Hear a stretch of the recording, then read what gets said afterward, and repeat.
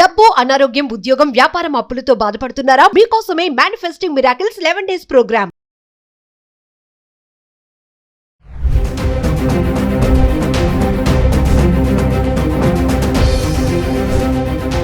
Hi hello నమస్తే, welcome back to Suman TV. ప్రస్తుతం మనతో పాటు ఉన్నారు consumers welfare committee chairman Mandadi Krishnareddy గారు. నమస్తే సార్. నమస్తే అమ్మ. సార్, కర్ణాటక లేడీస్ సింగం అని అనుకోవాలి. మరి నేను సింహంలాగా వస్తాను, ఆడపిల్లల పైన ఏమన్నా అఘాయిత్యాలు, లైంగిక దాడులు జరిగినప్పుడు నేను కాపాడుతానన్నట్టుగానే ఆవిడ నిజంగానే ఆ తల్లికి కడుపు కోత అనమాట. పాప అయితే లేదు, కానీ ఆమెకు చేసినటువంటి అన్యాయానికి మాత్రం న్యాయమే జరిగింది అనుకోవాలి. ఒక లేడీ సింగంలాగా ఆవిడ ముందుండి అలా చేశారు అంటే ఇది హర్షించదగ్గ విషయమే. మరి కర్ణాటకలో జరిగిన ఇన్సిడెంట్ మీరు చూసే ఉంటారు. అతను కూలి పని చేసుకునే వాళ్ళ పాపని, 4 సంవత్సరాల పాపని లైంగిక దాడి చేసి మళ్ళీ పిల్ల ఎవరికైనా చెప్పేస్తుందేమో అని చంపేయడం కూడా జరిగింది. ఎలా చూడొచ్చు అంటారు? మరి ఈమె చేసినటువంటి ఈ పనికి, అన్నపూర్ణ మేడం చేసినటువంటి పనికి ఆడపిల్లలు, మరి అది కూడా మన దగ్గర కూడా అలాగే ఇమీడియట్లీ శిక్షలు పడితే ఇలాంటి అఘాయిత్యాలు మన ఆడపిల్లల పట్ల జరిగి ప్రతిరోజు చూస్తున్నాం మనము. అఘాయిత్యాలు జరగడము, చంపేయడము అమ్మాయిల పట్ల. మరి దీన్ని ఎలా చూడొచ్చు అంటారు? ఒకసారి చాలా విచారం తగ్గించి చాలా బాధపడాల్సిన విషయం, సమాజం అంతా సిగ్గుతో తల ఉంచుకోవాల్సిన విషయం. పసిపిల్లల మీద అఘాయిత్యాలు చేయడం అనేది చాలా ఘోరమైంది. ఎందుకంటే అసలు వాళ్ళకి ఇంకా ఏమీ తెలియదు. అమాయకులు, నిజంగా పిల్లలు దేవుడు చల్లని వారి అన్నట్టుగా వాళ్ళు ఏ కళ్ళకపడం తెలియని పిల్లలు, ఆడుకునేటువంటి పిల్లలు, అంత పసి వయసులో ఉండేటి పసి మొగ్గల్ని తుంచేయాలన్న ఆలోచన రావడమే దుర్మార్గం. అంటే వాడికి రాక్షసుడికి ప్రతిబింబం అన్నట్టు. రాక్షసు అనేవాడికి ఎక్కడ లేడు, ఇక్కడే రాక్షసులు ఉన్నారు. మనం ఏదో చనిపోయిన తర్వాత దేవతలు, రాక్షసులని మనం అనుకుంటున్నాం, కానీ అసలు అలాంటి దానికన్నా ముందర ప్రతి నిత్యం మనకు కనపడుతున్నారు. ఎవరైతే సమాజ హితం కోరి సమాజం శ్రేయస్సు కోసం ప్రయత్నం చేస్తుంటారో, అహర్నిశలు ఆలోచిస్తుంటారో అలాంటి దేవతలు ఇక్కడే ఉన్నారు. ఈ సమాజం లోపలనే చీడపురుగుల్లాగా తయారైపోయి సాటి వాళ్ళని హింస పెట్టి, బాధ పెట్టి, చివరికి పసివాళ్ల మీద కూడా క్రూరత్వం చూపించేటువంటి అమానుషమైన వ్యక్తులు ఎవరుతున్నారో వాళ్ళు ఖచ్చితంగా వాళ్ళు మన చుట్టూ వాళ్ళే మనకు రాక్షసుల కింద మనం లెక్కేసుకోవాల్సిన అవసరం ఉంది. ఈ కర్ణాటకలో జరిగిన సంఘటనలో రెండు వేరువేరుగా ఉన్నాయి. ఒకటి, చెయ్యకూడని అఘాయిత్యం జరగడం అనేది, పసిమొగ్గ మీద తన ప్రతాపం చూపించే ప్రయత్నం చేయడం అనేది, చివరికి ఆ అమ్మాయిని హింస పెట్టి, చిన్న పాపని హింస పెట్టి చంపేయడం అనేది క్రూరాతి క్రూరంగా జరిగినటువంటి.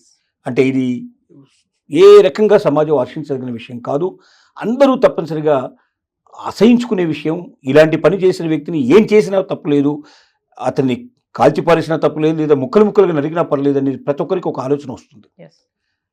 రెండో వైపులో ఇక్కడ ఏముందంటే, ఒక సబ్ ఇన్స్పెక్టర్ అయినటువంటి యువతి, లేడీస్లో అమ్మతనం దాగి ఉంది. ఆ స్త్రీ ఎంత గొప్ప పొజిషన్లో ఉన్నా, లేక ఏ రకమైన పరిస్థితుల్లో ఉన్నా కూడా తనలో ఒక స్త్రీత్వం ఉంటుంది. ఆ స్త్రీత్వం అనేది ఉందో అది ఒక అలౌకికమైన విషయం.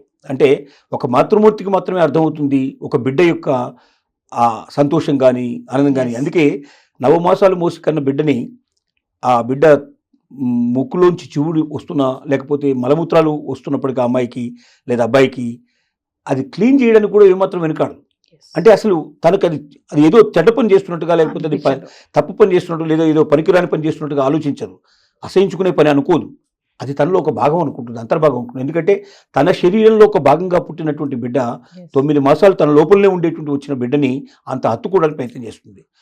తన బిడ్డనే తనకు మాతృమూర్తిగా భావించడం కాదు, ప్రపంచంలో ఎవరు కనబడ్డా తన మాతృమూర్తిగా, తనే మాతృమూర్తిగా అనుకుని తన బిడ్డే అనుకునేటువంటి తల్లులు కూడా కొంతమంది ఉంటారు. అన్నపూర్ణ గారి పరిస్థితి కూడా సేమ్ ఇదే. కర్ణాటకలో జరిగిన విషయంలో రితేష్ అనేటువంటి ఒక కామాంధుడు, తన కుటుంబానికి దూరంగా ఉండి, ఒంటరిగా ఉండి, తాగుబోతై ఉండి, అన్ని రకాల వ్యసనపరుడై ఉన్నటువంటి వ్యక్తి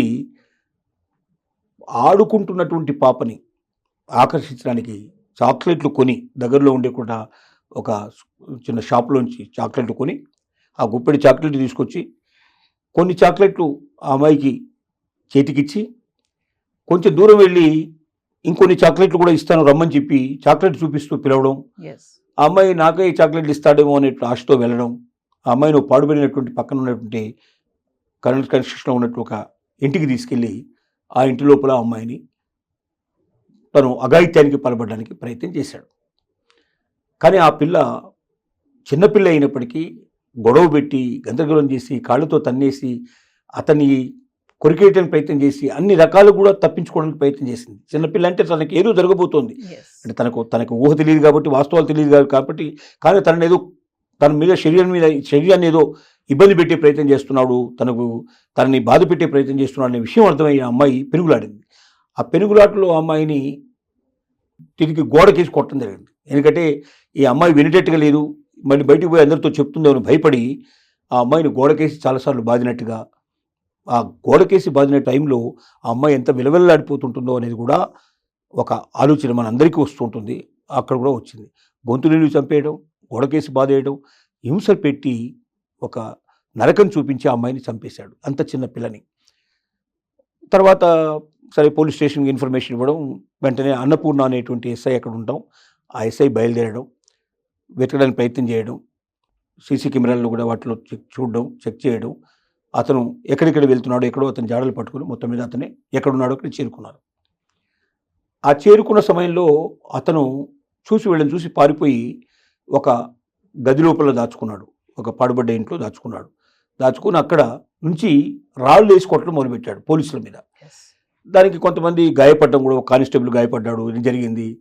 ఈమె మైక్ తీసుకొని ఎస్ఐ అన్నపూర్ణ గారు తనను బయటికి రమ్మని, లొంగిపోమని, అలా రాళ్ళు వేయొద్దని ఎంతో గట్టిగా చెప్పింది. ఒక గంట సేపు సమయం ఇచ్చారు. గంటలో అతను రాళ్ళు తీసుకుని కొడుతూనే ఉన్నాడు, కానీ అతను లొంగిపోయే ప్రయత్నం చేయలేదు. ఇక చివరికి అసహనంగా ఒక్కసారి బహుశా ఆవిడ కళ్ళల్లో ఆ బిడ్డకి జరిగిన అన్యాయం కళ్ళ ముందు కనపడి ఉంటుంది. ఆ 5 ఏళ్ల పిల్ల ఆ సమయంలో చేసిన ఆర్తనాదం ఆమెకి అర్థమైపోయి ఉంటుంది. తనలో ఉన్న ఒక మాతృమూర్తి బయటకు వచ్చి తనకు నిజంగా కాల్చడానికి పర్మిషన్స్ లేకపోయినప్పటికీ, చట్టం దానికి అంగీకరించకపోయినప్పటికీ, ఆవిడ తన రివాల్వర్ తీసుకొని 3 సార్లు అతన్ని కాల్చేసింది. అతను చివరికి అభ్యర్థిస్తూ నన్ను రక్షించమని వేడుకుంటూ ప్రాధేయపడ్డాడు. అంటే అతన్ని మాత్రమే ప్రాణం, కానీ అమ్మాయిది ప్రాణం కాదా? ప్రతి ఒక్క దుర్మార్గుడు ఆలోచించాల్సిన విషయం ఇది. ఒకవేళ ఎవడైనా ఎక్కడైనా సరే అఘాయిత్యం చేసే ముందర తనకు ఒక తల్లి ఉంది, తనకు ఒక చెల్లి ఉంది, తనకు ఒక కూతురు ఉంది. ఒక అమ్మాయిల విషయంలో మన ప్రవర్తన ఎలా ఉండాలి, ఆడవాళ్ళ విషయంలో ఎలా ప్రవర్తన ఉండాలి అనేది. రెండోది, శృంగారం అనేది జీవితం లోపల ఇద్దరు వ్యక్తుల యొక్క ఇష్టపడి కలిస్తే ఉండేటువంటి ఆనందం వేరు, బలవంతంగా బలాత్కారంతో చేసేటువంటి ఆలోచన వేరు. దానిలో ఇప్పుడు కూడా ఆనందం ఉండదు, సంతోషం ఉండదు. అది క్షణికావేశమే తప్ప అది వాస్తవం కాదు. కాబట్టి ఆ విషయం ప్రతి ఒక్క వ్యక్తి గ్రహించాలి.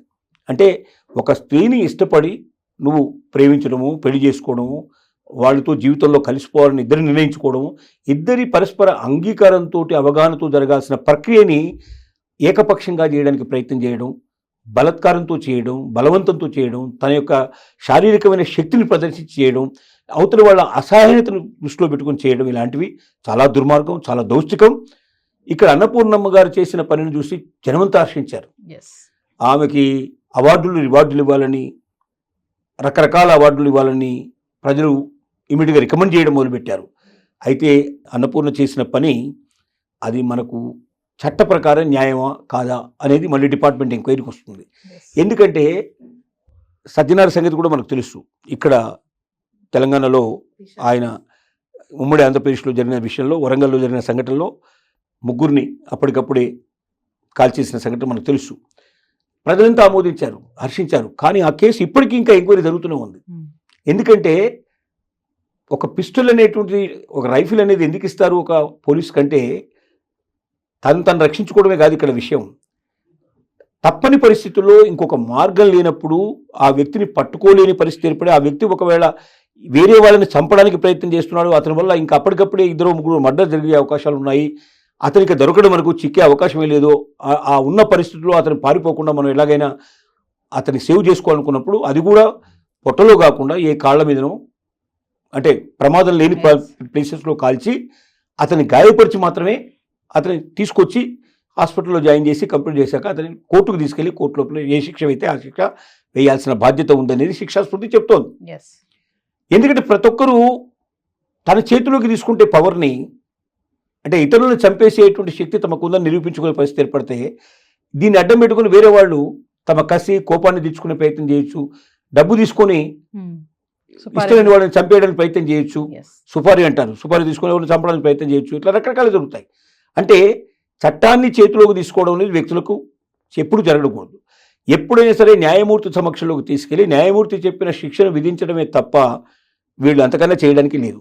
24 అవర్స్లో ఎవరైనా పట్టుకుంటే కూడా ఖచ్చితంగా న్యాయస్థానం ముందుకు తీసుకెళ్లాల్సిందే, న్యాయమూర్తి చూడాల్సిందే, న్యాయమూర్తి చెప్పాల్సిందే, దాంట్లో ఉండే ఆయన ఇచ్చిన వేసిన శిక్షను అమలు పరచాల్సిందే తప్ప ఏ పోలీస్ వ్యక్తికి కూడా అతను ఎస్పీ ర్యాంకులో ఉన్నా లేదా డీజీపీ ర్యాంకులో ఉన్నా ఎంత పెద్ద ర్యాంకులో ఉన్నా కూడా వాళ్ళెవరికి కూడా తనకు ఎవరినంటే వాళ్ళని కాల్చిపారడానికి వాళ్ళకి రైట్ లేదు.